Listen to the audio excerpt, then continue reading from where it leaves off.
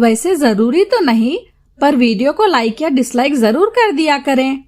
आपका एक छोटा सा लाइक हमें वीडियो बनाने में प्रोत्साहित करता है। पक्षियों को घर मिल गए।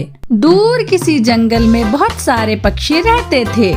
वो बड़ी हंसी खुशी से अपना जीवन बिताते थे। वही पक्षियों में एक रानो चिड़िया भी थी। वो अपनी बहन से मिलने दूसरे जंगल गई हुई थी। दीदी, अब मुझे वापस जाना चाहिए। काफी दिन मैंने आपके पास बिता लिए हैं। रानो, इन दिनों का तो पता ही नहीं चला कि कैसे बीत गए हैं। तुम्हारे जाने के बाद तो मैं उदास हो जाऊंगी। कोई बात नहीं दीदी, अब तुम आना मेरे जंगल में। तुम्हें भी वहाँ बहुत मजा आएगा। अब जाकर मुझे अपने घोंसले की मरम्मत भी करनी है। और इस दफा मौसम का जानकारी देने वाला पक्षी बताकर गया है, बरसात का पहले से ज्यादा होने का इम्कान है। अब मैं चलती हूँ, आप अपना ख्याल रखना। और फिर रानो चिड़िया अपने जंगल के तरफ सफर शुरू करती है। वो बहुत तेज उड़ रही थी, क्योंकि उसे अपने घर को मरम्मत करने की बहुत ज्यादा चिंता थी। जल्द ही वो अपने जंगल में वापस पहुंच जाती है। उसी रास्ते में उसे तोता मिल जाता है। रानो चिड़िया, बहुत दिन लगा दिए तुमने अपनी दीदी के यहाँ। सब पक्षियों ने अपने अपने घर मरम्मत करके मजबूत कर लिए हैं। सिर्फ तुम्हारा ही घर कमजोर है। और मुझे तो ऐसा लग रहा है कि बरसात भी आज रात से ही शुरू हो जाएगी। क्या बताऊँ तोते भैया, दीदी के यहाँ जाके दिन गुजरने का तो पता ही नहीं चला। मैं तो खुद बहुत परेशान हूँ। अच्छा, मैं चलती हूँ।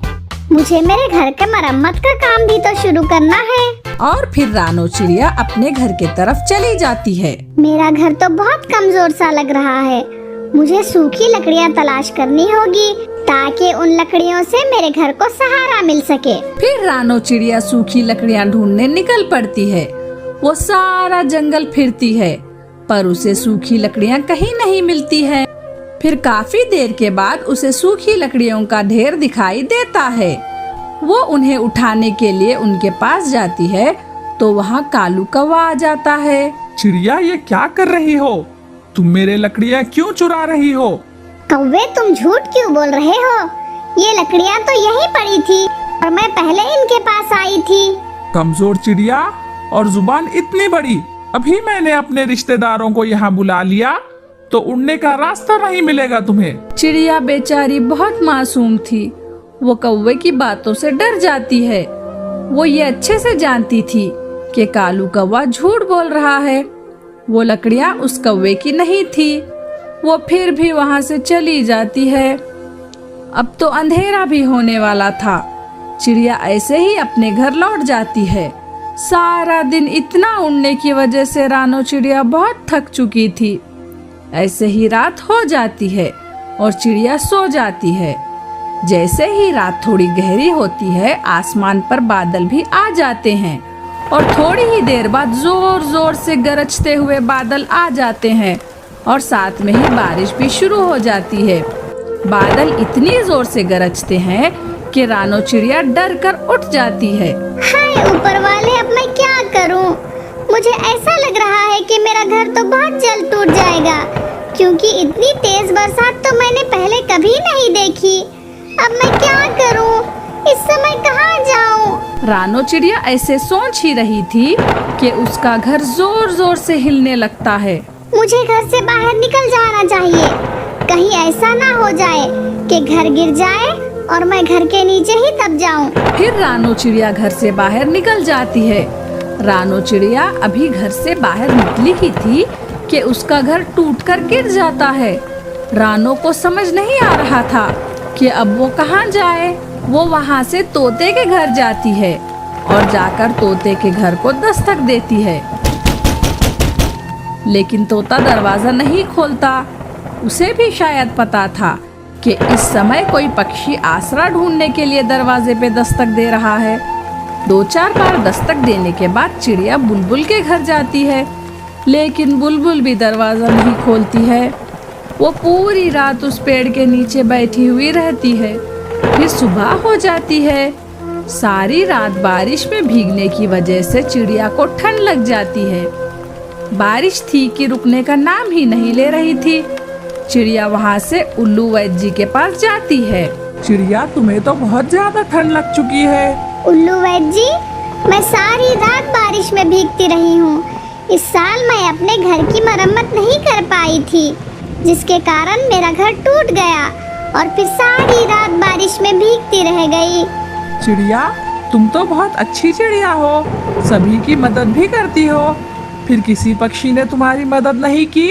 वैद्य जी, मैं गई थी पक्षियों के यहाँ, लेकिन किसी ने दरवाजा ही नहीं खोला। चिड़िया, ये मेरे शिक्षित जी ने मुझे पानी दिया है, मैं इसमें से थोड़ा तुम्हें देता हूँ। तुम इसे जिस भी फल के पेड़ पर डालोगी, वो पेड़ का एक फल बड़ा हो जाएगा और फिर तुम उसका घर बना लेना।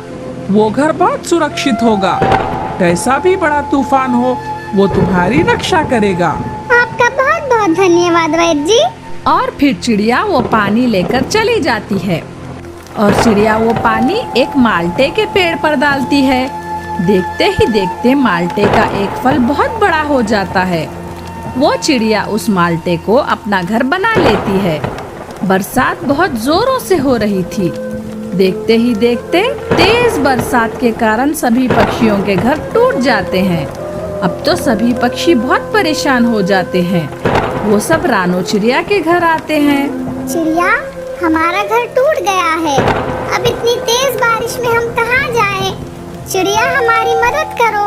जैसे तुम्हारा घर इतना सुरक्षित बन गया है, हमारे भी घर ऐसे ही बन जाए, वरना ऐसी तेज बारिश में हम बीमार पड़ जाएंगे।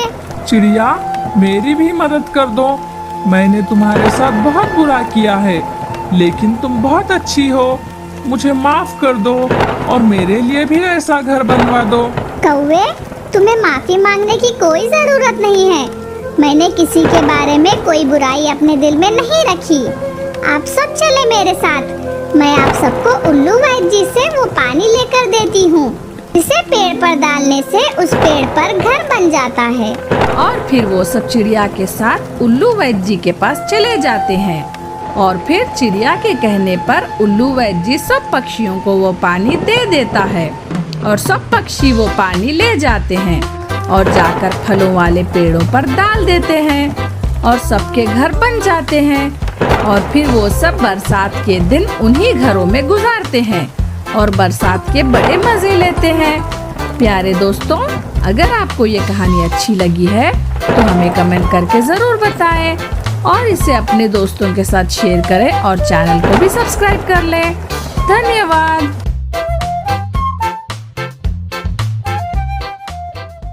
चिड़िया का वो परिवार बहुत ही खुशहाल जीवन बिता रहा था। उनके परिवार में पापा चिड़िया, मामा चिड़िया और उनके 2 छोटे छोटे बच्चे थे। पापा चिड़िया सारा दिन अपने बच्चों के लिए भोजन तलाश करता और मामा चिड़िया अपने बच्चों का ख्याल रखती। वो दोनों पति पत्नी अपने बच्चों को बहुत अच्छे से पाल रहे थे और उन्हें जीवन बिताने के सारे गुण सिखा रहे थे। आज रात भी पापा चिड़िया अपने बच्चों को कहानी सुनाकर सुला देता है। आप सारा दिन इतना थक जाते हैं, फिर भी रात को अपने बच्चों को कहानी सुनाए बिना नहीं सोते? रानो, मैं सारा दिन तुम्हारे लिए और अपने बच्चों के लिए भोजन तलाश करके लाता हूँ।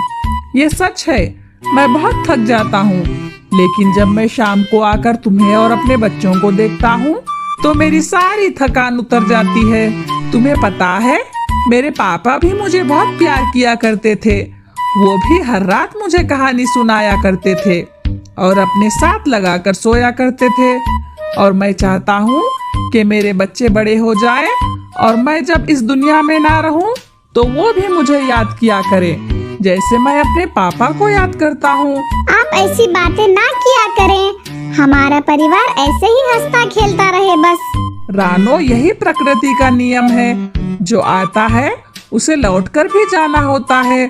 बस हमें अपने बच्चों की अच्छे से परवरिश करनी है कि ये भी अपने परिवार को खुश रख सकें। वो दोनों पति पत्नी ऐसे ही बात करते करते सो जाते हैं। अगली सुबह जब उनकी आंख खुलती है तो आसमान पे बहुत सारे बादल आ चुके थे और हवा भी बहुत तेज चल रही थी। बादल इतने ज्यादा थे कि दिन में रात लग रही थी। हवा इतनी तेज थी कि ऐसा लग रहा था कि वो तेज हवा जंगल के सारे पेड़ ही उखाड़ देगी। मम्मा चिड़िया बहुत सहम कर बैठ जाती है। ये तो बहुत तेज तूफान है। मुझे तो ऐसे तूफान से बहुत डर लगता है। कहीं कहीं हमारा घोंसला ऐसे तूफान में गिर ना जाए। क्या आपने पहले कभी ऐसा तूफान देखा है? रानो, तुम मत घबराओ। हमारे पूर्वज भी ऐसे ही घोंसले में रहते आए हैं। तुम देखना, कुछ ही देर में ये तूफान भी रुक जाएगा और सब पहले जैसा हो जाएगा। फिर शाम हो जाती है और तूफान तो रुकने का नाम ही नहीं ले रहा था और अब तो तेज बारिश भी शुरू हो गई थी। मेरे प्यारे बच्चों, मेरे पास आ जाओ। कहीं ऐसा ना हो तुम्हें ठंड लग जाए। कुकू के पापा, अब हम क्या करेंगे? अब तो बारिश का पानी पत्तों से टपक टपक कर घोंसले में गिरने लगा है। कहीं हमारे बच्चों को ठंड ना लग जाए। रानो, बच्चों की चिंता तो मुझे भी हो रही है, लेकिन ऐसे घबराने का कोई फायदा नहीं है। हमें हिम्मत से काम लेना होगा। मुझे लगता है पतझड़ की वजह से इस पेड़ के पत्ते बहुत कम रह गए हैं, इसलिए पानी घोंसले में गिरने लगा है। मैं ऐसा करता हूँ, इस घोंसले के ऊपर अपने पंख फैला देता हूँ। इससे शायद बारिश का पानी अपने घोंसले में ना गिरे। और फिर पापा चिड़िया घोंसले के ऊपर अपना पर फैला देता है, लेकिन बारिश बहुत तेज थी और बारिश का पानी घोंसले में वैसे ही गिरे जा रहा था। बारिश बहुत तेज है। आपके इस तरह पर फैलाने का कोई फायदा नहीं हो रहा। हमें कुछ और करना होगा। रानो, जब मैं छोटा था तो ऐसे मौसम में मेरे पापा पीपल के पेड़ से पत्ते लेके घोंसले को सुरक्षित बनाया करते थे। मुझे उस पेड़ का पता है। तुम बच्चों का ध्यान रखो। मैं अभी पीपल के पेड़ के पत्ते लाता हूँ। आप ध्यान से जाना, रात गहरी हो चुकी है और बारिश भी बहुत हो रही है। हाँ, मैं ध्यान से जाऊंगा। तुम बस बच्चों का और अपना ध्यान रखना। और फिर पापा चिड़िया उस तेज बारिश में जंगल की दूसरी तरफ पीपल के पेड़ के पत्ते लेने चला जाता है। पापा चिड़िया उस तूफानी बारिश में भी बहुत तेज उड़ता है। उसे उड़ने में बहुत मुश्किल हो रही थी और बादलों की वजह से अंधेरा भी काफी बढ़ गया था, लेकिन पापा चिड़िया हिम्मत करके उड़ता रहता है और फिर वो उस पीपल के पेड़ के पास पहुंच जाता है। वो वहां से पत्ते तोड़ लेता है और वापस आ जाता है। वापस आकर पापा चिड़िया उन पत्तों को अपने घोंसले के ऊपर लगा देता है, जिससे घोंसला बारिश के पानी से सुरक्षित हो जाता है। और फिर वो तूफानी रात भी खत्म हो ही जाती है और सुबह भी हो जाती है। वो सुबह बहुत ही रोशन और चमकदार थी। हर तरफ पक्षी खुशी से चहचहा रहे थे। चिड़ियों का वो परिवार भी उड़ जाता है। आप सच में हिम्मत वाले हैं, वरना मैं तो उस तेज तूफान को देखकर डर ही गई थी। रानो, कैसे भी हालात हो, हमें हिम्मत और विश्वास से काम लेना चाहिए। हमारे बड़ों ने हमें यही सिखाया है और हमने अपने बच्चों को भी यही सिखाना है और हमारे बच्चे उनके बच्चों को भी यही सिखाएंगे और फिर नस्ल दर नस्ल ऐसे चलता रहेगा।